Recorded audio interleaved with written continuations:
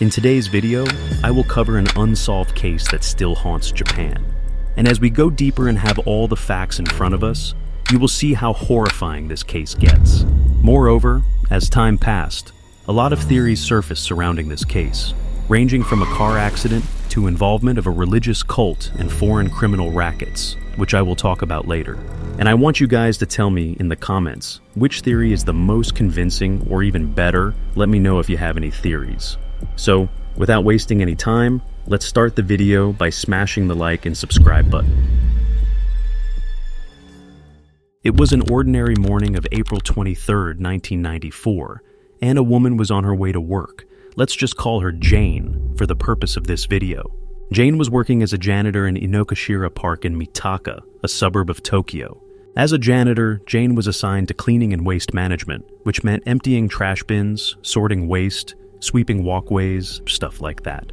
While taking out trash, Jane came across two trash bins, which were placed side by side, where she made a strange discovery. When she emptied out the first trash bin, she found a tightly sealed black garbage bag. When she opened the bag, she saw a massive amount of raw fish meat, so she took the meat out to feed the cats nearby. Then, while emptying another trash bin, which was right next to it, she found more sealed black bags. Her first thought was, who in hell threw away all these fish? Upon opening the bags, she was horrified by what she was looking at. It was a human foot, and she came to realize that it was no raw fish. They were human body parts. But little did she know, this wasn't the whole picture. After seeing the foot, Jane quickly grabbed her phone and dialed 110, the emergency contact number for the police in Japan. When the police arrived at the crime scene, their first obstacle was to clear the whole park, which was filled with crowd, and seal the entry and exits. After which, the police started to investigate the whole park, and during their search, they found more black bags filled with human body parts scattered in different trash bins. When they took a count, they found a total of 27 body parts, weighing up to 20 kilograms or 44 pounds, across 7 trash cans in Inokashira Park. When they put together all the pieces, they realized that they only found the 30% of the body, because all the body parts they found were the arms, legs, and rib cages. So the police decided to examine the park once again, alongside the nearby areas, in a hope to find the rest of the body, including the head and the torso. But it was nowhere to be found. And it doesn't end there. This is where the case gets more disturbing. While examining the body parts, investigators found that all the parts were cut in the same size, approximately 20 centimeters or 7.9 inches in length and 30 centimeters or 11.8 inches in width, and this size happens to be the same as the opening of the trash bins. Investigators therefore suspected that the killer had previously measured the size of the trash bins and dismembered the body based on those measurements, which also meant that someone didn't just kill in the heat of the argument or impulsively. It was a very carefully planned murder. The forensic team also concluded that the body parts were cut very precisely, like it was done by a surgeon or a professional. According to the reports, the body parts were cut with a saw or something similar, and the killer didn't shy away from cutting through every bone of the victim, no matter how hard. Not just that, the investigators didn't find a single drop of blood in the plastic bags or in the body parts. Each and every drop of the blood was drained out before disposing the body. And more horrifyingly, fingerprints and the palm prints had also been scraped away. Without a head, wallet, or any further clue, it became nearly impossible for the police to identify the victim. Now, the biggest challenge and question in this whole case was, what is the identity of the victim? And to find answers, investigators' next task was to find out what exactly happened there. So they talked to the locals in the nearby area if they saw anything suspicious happening. During questioning, some reported that on the evening of April 21st, they heard a car crash down the street. However, the police did not receive any reports of such car crash, and one unconfirmed eyewitness claimed that they saw a man being beaten by 2 men at a departmental store near his house, while another eyewitness stated that later around 4 in the morning, they saw 2 men at Inokashira Park with suspicious behavior and carrying plastic bags. But according to the forensics, there were no signs of bruises or battery on the body parts, which makes the first eyewitness's statement inconsiderable. So, the biggest challenge for the investigators was, without knowing the identity of the victim, what should they even believe in? After tirelessly searching the area, investigating the locals, and examining the body parts for 48 hours, they finally got a breakthrough on April 25th when a woman came to the police station to file a report for the disappearance of her husband. She reported that her husband had not returned home after he went out with his friends for the festival on the evening of April 21st.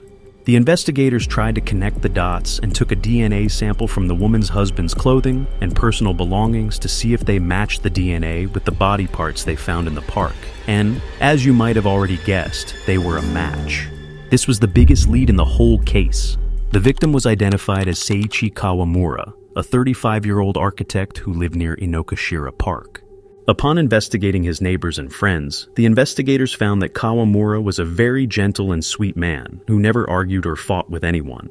Kawamura also owned a successful construction company with no debt or tax fraud. And most heartbreaking of all, he and his wife were raising a 6-year-old son, with a baby on the way. So, the question is, who would do such horrible things to a person who never argued or fought with anyone? Despite investigation and forensic analysis, police have not yet been able to determine Kawamura's cause of death.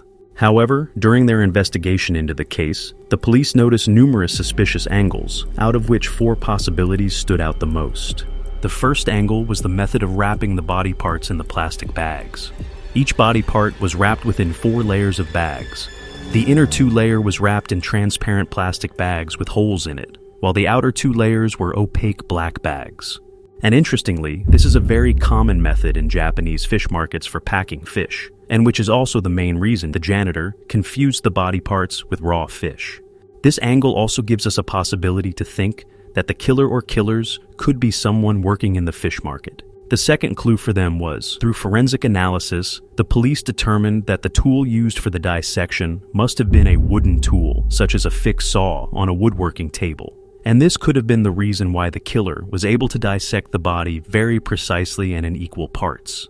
But the disadvantage of using this device is, it's very loud, which can shock everyone in the vicinity. Therefore, the killer couldn't have destroyed the victim's body at night.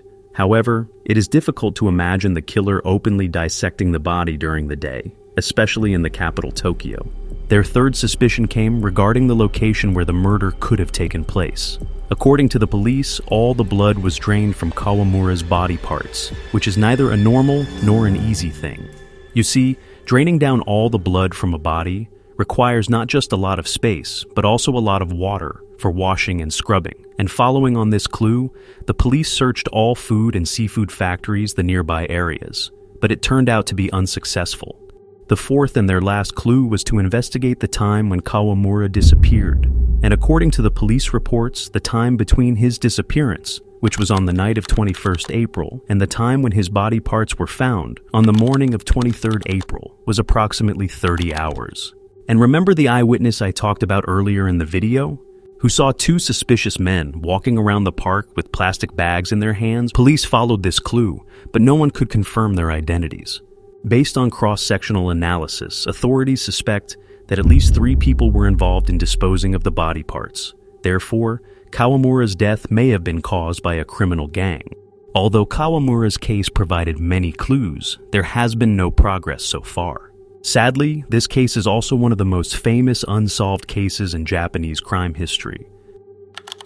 As time passed and people became more aware of the case, multiple theories surfaced. The first and the most common theory involved a car accident. Although police ruled out this possibility based on witness statements near the park, many people continue to believe that Kawamura was involved in a car accident with a member of an underground gang. Therefore, it is not difficult to mobilize 2 or 3 people to kill and dispose the body, due to the particularly brutal nature of his death. Some investigators also speculate that Kawamura may have become a target of the Yakuza, which is an organized crime syndicate. The second theory suggests that Kawamura and his wife joined a cult called Aum Shinrikyo, and later decided to leave, and were threatened and murdered by the cult. Since the cult members are extremely powerful and fanatic, it is not a surprise that they would take action against those they considered traitors to the cult. And the cult has long history of violence as well. There have been numerous previous cases in which former cult followers were killed for leaving. In 1995, the cult also carried out a chemical weapons attack on the Tokyo subway that shook the whole world. However, the investigators were unable to establish any connection between the cult and the Kawamura family. The third theory sounds right out of a movie. A man, let's just call him Jake for this video, lived in Kichijōji, which is a neighborhood in Tokyo, and is known for its large immigration population and underground activities. Jake worked as a street vendor and often found himself in competition with young foreign vendors. These rivals frequently followed him, stared at him, and operated suspicious stalls that locals believed were fronts for criminal organizations. And Jake was one of their targets. Feeling increasingly threatened, Jake eventually abandoned his work and returned to his hometown. In April 1994, when Kawamura's case surfaced in the news, Jake was shocked to see the victim's face. It looked nearly identical to his own. He lived in fear for decades, believing that the group of foreigners may have mistaken Kawamura for him, and that he had narrowly escaped becoming a target. When Jake eventually spoke out, his claims were initially dismissed. Nevertheless, he fled and went into hiding. Tragically, a few years later, his entire family was murdered, leaving him as the sole survivor. Despite his testimony, the case soon faded into obscurity, and Jake remained haunted by the possibility that he had been the intended victim all along. So, what do you guys think happened to him that day? Despite numerous theories, police investigations, and endless speculations, the case has remained unsolved for the past 31 years. And I will leave you guys with one last question. Do you think this case will ever be solved?